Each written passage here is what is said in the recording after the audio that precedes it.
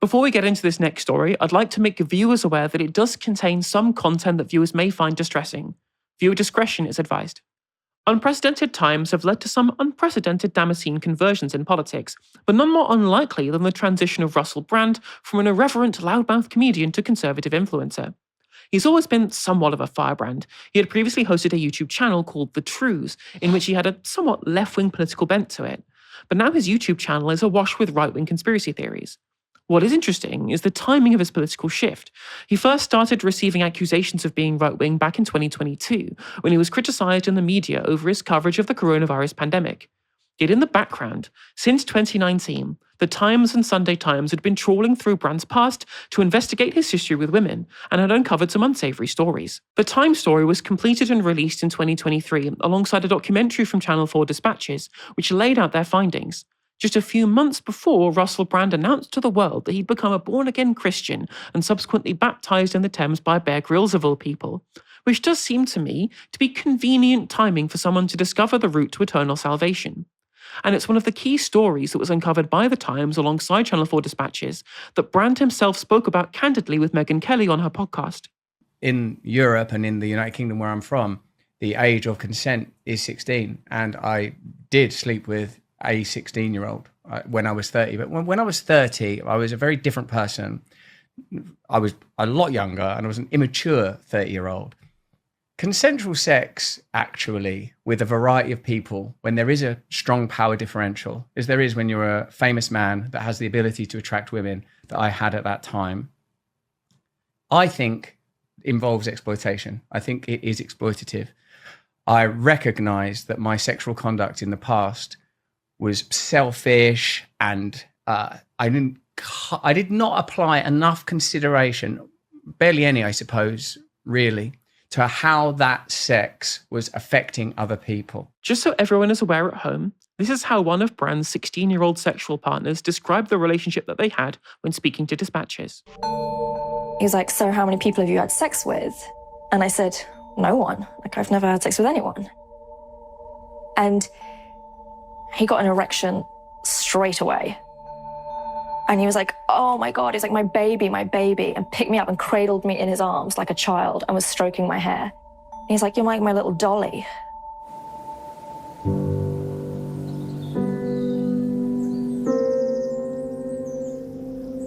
Russell engaged in the behaviors of a groomer. Looking back on it, I didn't even know what that was then or what that looked like. He would try to drive a wedge between me and my parents, taught me to lie to them. I was at my dad's house and it was 11 o'clock at night. Russell was texting me, he's like, please come over, I need to see you, I'm really upset, like I need to see you. And I said, I can't, it's late. He came up with a scenario where my friend was ill, and he made me do these role play conversations with him. He was like, okay, I'm gonna be your dad and you be you. And he would correct me as we went along. He's like, no, you can't say that, your dad's gonna say this. He had a whole script for me. Alice recalls how Brand made her feel after she'd had sex with him for the first time. When everything was over, one of his friends came round to the house. They both drove me to the tube station. I felt like a little kid being dropped off somewhere. He reached his hand behind the car seat and was holding my hand behind the seat like my mum does when she's in the car. And it made me feel like, I felt very small. I felt like a little kid.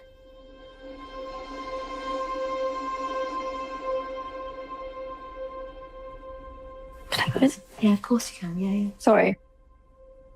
Don't know why that's the bit that...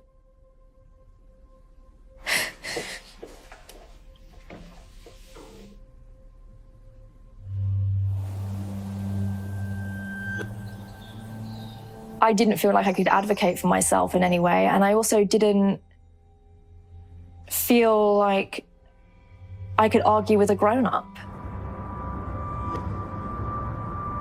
I'd only been seeing him a couple of months. I remember he ran a bath for me and he made me sit in the bath Then he said he had to leave, but I should stay in the bath for the entirety of him being gone. It was long enough for me to get cold. I got out of the bath and put a towel on. It was like, okay, when I hear the door go or the phone go, I'll just jump back in. He was very pleased and elated when he came home and I was still in the bath. Then picked me up and dried me off and then wrapped me up in a robe and put me on the sofa. Later in that clip, the speaker also appears to accuse Brand of sexual assault. Megyn Kelly, however, suggested during her interview with Brand that the reasons the allegations surfaced when they did was potentially because of the fact he's changed his political positions. Again, that's one of the things that's very, suspicious about the allegations against you is that no one did come forward then. It wasn't until you got very outspoken in your more right-wing views that suddenly Channel 4 thought it would be a great time to do a hit piece on Russell Brand and found some women.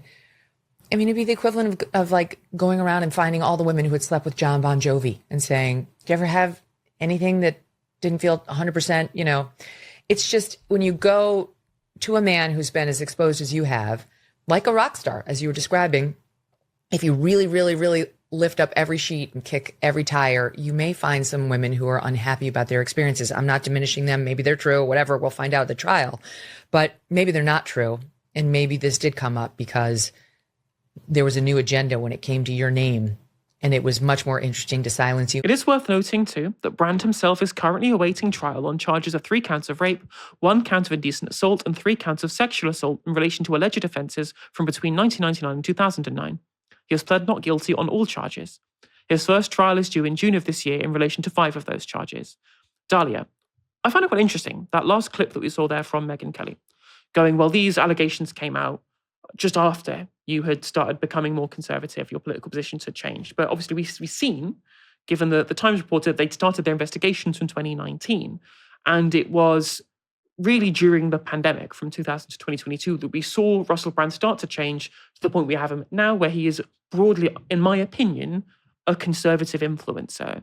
Who do you think is closer to reality here, myself or Megyn Kelly?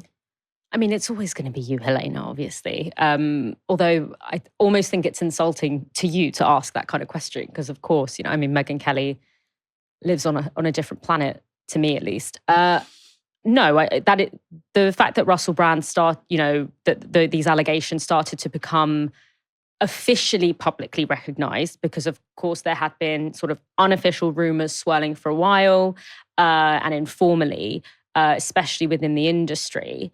But, the argument that it became a documentary and became a more official sort of narrative, I think that there's something it's not because Russell Brand has become more right-wing or conservative or whatever.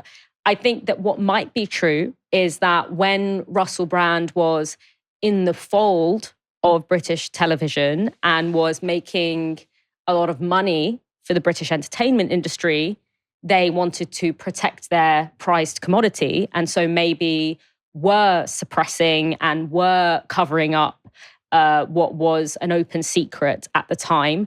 And when he left the fold, moved to America, and when I say left the fold, I don't mean left the fold politically, but literally left the fold in terms of, moved to another country and also just became a less lucrative commodity, as time kind of passed, then the systems that were in place and the incentives that were in place to protect him before were no longer there. So they could come out. So I think that's probably a much better explanation of the timing. And in terms of why Russell Brand would have done an interview like this now, one very interesting. So there was a few years ago when Kim Kardashian was getting a lot of plastic surgery allegations. What work has she done? How is she? Has she gotten implants in her ass? Has she, done this? Has she done that? And she did this sort of big article where she was going to admit everything that she's had done to her face and body. And she said, all I've done is a little bit of Botox. And what she was exercising there was this very classic PR strategy where when you are getting flooded with allegations, instead of just outright denying all of them, you admit to the least damaging one. You'd give a little bit and you admit to the least damaging one so it gives an impression of honesty. because, they've admitted they're being open about this one part, which is the least damaging because, it's vague, it was legal technically, and it's sort of presented as an isolated incident in order to stave off scrutiny or take the air out of the tires of the kind of pressure that is being experienced. So I think that's, obviously there are legal questions here, so I don't want to kind of incriminate anything, but that is sort of what that interview read like to me. But moving away from just Russell Brand specifically, I think there's a really interesting question or conversation to be had about why this kind of washed up celebrity to MAGA right-wing Christian pipeline. Like, why is so much of the big right-wing Christian influencers, why are they all sort of failed actors or musicians that had a heyday and are now on the decline? Like in Britain, we have Lawrence Fox. There's like Roseanne Barr. Winston Marshall, is it? Yeah. The one from, I forget the name of the band now, but yeah, he's a GB News contributor. Yeah, and there's like this Kid Rock. So and there's also people like Nicki Minaj, Kanye West. Like, so some of them are like people who never really made it in any significant way.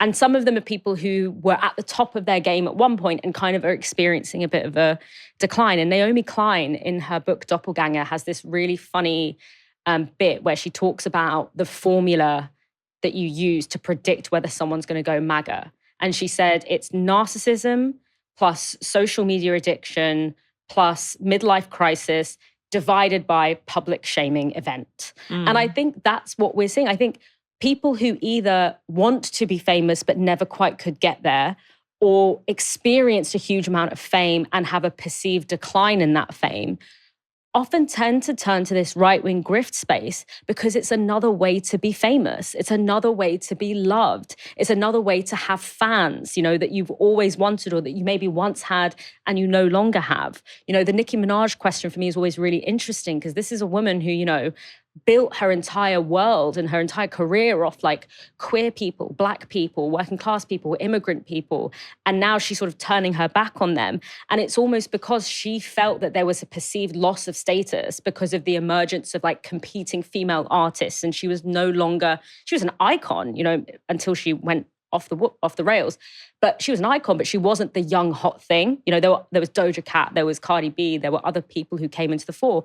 And her way of reigniting that fandom and that celebrity and that sense of being like having fanatics was to become the right-wing grifter. Why? Because the right wing have never really been able to have the culture. And so when anyone even approaching the status of a celebrity expresses right-wing views, right-wing financiers, right-wing people become absolutely obsessed with them because they don't have anyone. They don't have like the big artists of our, whether it's celebrities or otherwise, artists tend to be, if not leftist, at least like kind of liberal, progressive, because being a good artist often means being critical and having empathy, which is kind of our terrain.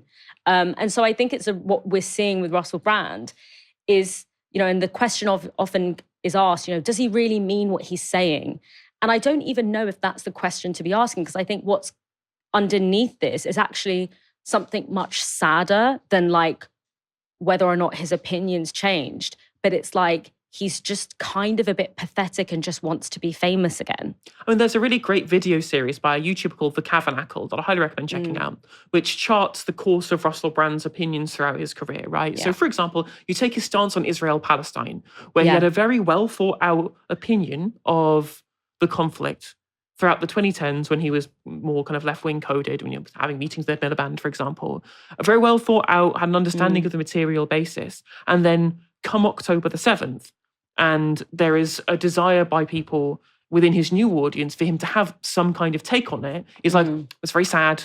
I don't want to have an opinion. People want me to have an opinion. I don't want to try and have one way or the other. We need to come together to find a solution. I'm just like, this isn't the kind of very specific and thought out opinion you had before. You're just giving a wishy-washy non-answer, which shows, and I think it's a really good expose of that. There are multiple different other issues where he has had a previously well thought out, fleshed out opinion that's been replaced by something far less nuanced and far less understanding to try and appeal to a wider audience so people can insert their own opinion on top of it. I highly recommend people at home going and watching that series. Really good expose. When it comes to the having a new audience stuff that you were talking about before, there was an interesting article in Wired a couple of days ago about someone from India who was essentially grifting by creating this AI MAGA girl that got hugely successful on social media because there's a very large cohort of right-wing people, very easy to grift towards. This guy made thousands of thousands of thousands selling AI-generated MAGA girl pictures on OnlyFans, essentially, because there's a huge audience for it. I'm in the wrong. Look at me getting up and going to work every day like a chump. I mean, there's again because there's a lot of money in this, but not just from the people at the bottom willing to throw money at Tim Pool, for example, like he's a mega church pastor, right? Somebody else who moved from liberal to conservative, although he did it much earlier than everybody else did. But there's also money behind it as well. Like Ashley St. Clair was really good recently, who's just had a conversion of the way, talking about the big money that's behind promoting people in these certain industries to have these kind of opinions. And so there's always that level to which that these things can not only be grifts, but also can be astroturfed as well. And so it's very easy to find somebody, whether or not it's failed actors or failed scriptwriters or failed directors, who are finding another way to have a media career and go, you can have this media career as long as you do what's in the interest of, Big Business Incorporated, who's giving you all the funding for this. And then, because they don't have opinions, right? Like, I remember Dave Rubin one time went up to Carl Kalinske and said, where are you taking your career as a journalist? What do you plan? What's your goal? What do you want to personally achieve? And I'm like, change people's minds? Yeah. Make the world a better place? Because that's not how a lot of people, that's how most people on the left, broadly, how their mind will work when it approaches this stuff. But Dave Rubin, someone who I personally have the opinion that he is very much a grifter, in my opinion, given what I know of what he was like before and what he's doing now, that mindset is about personal enrichment, personal achievement, rather than the veracity of the things that's been reported on. Yeah, and I think that's kind of, in the list of names that I was giving, like the Kid Rocks, the Lawrence Foxes, all of these guys, like Russell Brand and Dave Rubin kind of sit outside of that in a sense, because they, Kid Rock didn't have politics really until he became a right-wing grifter, at least not like vocal ones. He didn't position himself as someone who was intellectual and interested in the issues of the day, whereas Russell Brand and Dave Rubin especially, I mean, he was started on the Young Turks, like they actually exhibited quite sophisticated understandings of things and sort of were able to, in a way that seemed like beneath the surface, to have an understanding of issues like Israel and Palestine and all of this. And so that kind of flip is almost more sort of disturbing, because you're like, well, how could you have held this level of understanding here and then on the other, like within 5 years to be saying this kind of nonsense? And I think, yes, it's, it's a grift, it's a financial incentive. But I also think there's something about like the engine, like the libidinal engine of MAGA is resentment. And sometimes it's resentment that kind of makes sense, in the sense that, like, if you are a working class person, like in the Midwest, and you have been like failed over and over again by the economy and by the political system, I can see why you would resent that and why you would want to throw a brick through the window and why you might think that MAGA was that brick, right? Rather than, part of the foundation of it, of the whole system that's screwed you over. And that's kind of marrying with like the resentment that some of these celebrities feel over the fact that they, in their mind, have been like locked out of a certain kind of Hollywood cachet. And that is so unbelievably pathetic, because I can have empathy and I can have compassion and understanding for like the person who lives in a deindustrialized town who, like, they've been given one brick and it says MAGA on it and that's what they're going to throw. You're sad because like Cardi B has become a little bit more famous than you, so you're going to like sell out the community that like are the reason that you're famous. I mean, go. Didn't Ben Shapiro become a member of the Daily Wire because he couldn't get in as a Hollywood screenwriter? Right. Like, and it comes down to that fact, like the reason that they're willing to, that the path to fame is so much easier in that space is because, like I said, the one thing that the right could never buy is cultural cachet, because it's actually like really hard to buy that, right? And they couldn't, like, they've never really had it. And they've always understood that it's something that has made it really difficult for them to build power. They've always been jealous of the fact that, like, not the far left, because the far left also doesn't have control of like cultural production either, but like the liberals have always had it. And like, they've always been very frustrated that they weren't able to build it. And so when you have like the ability, like the kind of washed up celebrity or the failed actor is like the perfect person to like plug. It's like reality TV. Like, you know, people who go on reality TV tend to be people who like just want to be famous, or they want to be actors, or they want to be singers. And so they're willing to kind of disgrace themselves. And I say this as an avid lover of reality TV. Like, I'm itching right now because I'm on the episode of Real Housewives of New Jersey where Teresa's coming back from prison. You know, they will disgrace themselves and sell out their family and all their family like lore, and then put their mum on TV because they just want to be in front of the camera. They just want to be able to walk down a street and have people recognize them and love them. And like, it's just like, you should have spent that money on therapy, please. We'll definitely leave that one there. Thank you again, Dahlia, for joining me tonight. Thanks for having me. It's been an absolute pleasure, as always. Look forward to next week, for next Thursday. And thanks everyone at home for tuning in as well. Come back tomorrow for another show from 6 p.m. For now, you've been watching Novara Media. Good night.